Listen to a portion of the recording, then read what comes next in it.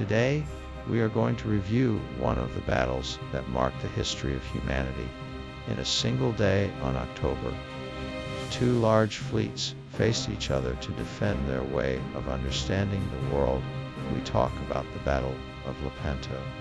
But to understand the story, we have to go very far from Lepanto. We go to a prison in Algiers on January. There, Miguel de Cervantes is imprisoned after being captured and enslaved by Berber pirates He was a direct witness of this great naval battle, where he lost his hand.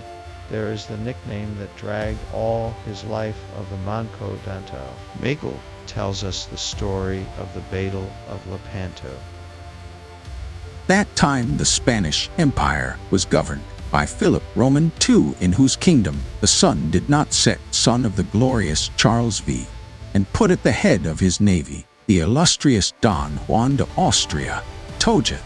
The King of Spain commissions me to fight against the Ottomans at the head of the Holy Alliance in the war they have against Venice. We will go to Lepanto to destroy infidels. On the other hand, the Ottoman Empire was ruled by Selim II, son of Suleiman the Magnificent, and put at the head of his army the Admiral Ali Baha. The Ottoman Empire will defeat the Holy Alliance and increase its power to the entire Mediterranean. The Battle of Lepanto will be the first of the domination of the Mediterranean by the Ottoman Empire. Christian and Ottoman fleets consisted of approximately 200 ships each. The Christians had an advantage in the number of guns, while the Ottomans had an advantage in the number of soldiers. 9 o'clock in the morning, on the 7th day of October 7, 1571, in the Gulf of Patras, near the Greek city of Naphbactos, then known as Lepanto, both squadrons are clearly visible, and as they advance. Dawn on October 7, the ships of the Holy League begin to deploy at the mouth of the Gulf. They do it by force of oars, because they do not have the wind in favor, which the Turks, who leave the port. The Muslims, under the command of Admiral Ali Pasha, also form in 3 corps, unfolded in the shape of a crescent.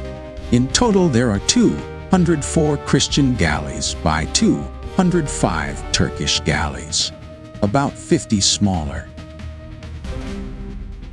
First glance, the forces seem balanced, but the reality is different.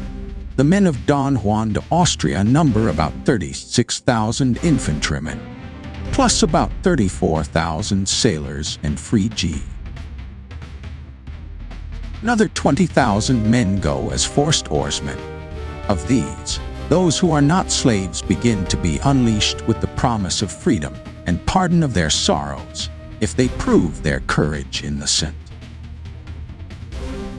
In the Ottoman army, the men-at-arms are fewer, about 20,000. They also have the problem that a large number of their galleys are slaves, largely Christians, so there are not many who can free. 4 o'clock in the afternoon, the battle seems to come to an end. It is time for looting, and the crews are fighting and arguing to see how many enemy galleys they manage to tow. The balance of Ka. On the Ottoman side, 15 galleys have also been sunk, and another 160 have been captured, although some of these are in such poor condition that they will soon sink. The precise date.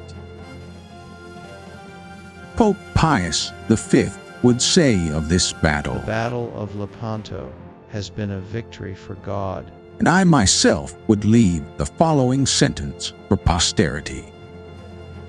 What fortune could not do in all my years, an arquebus has done in a moment.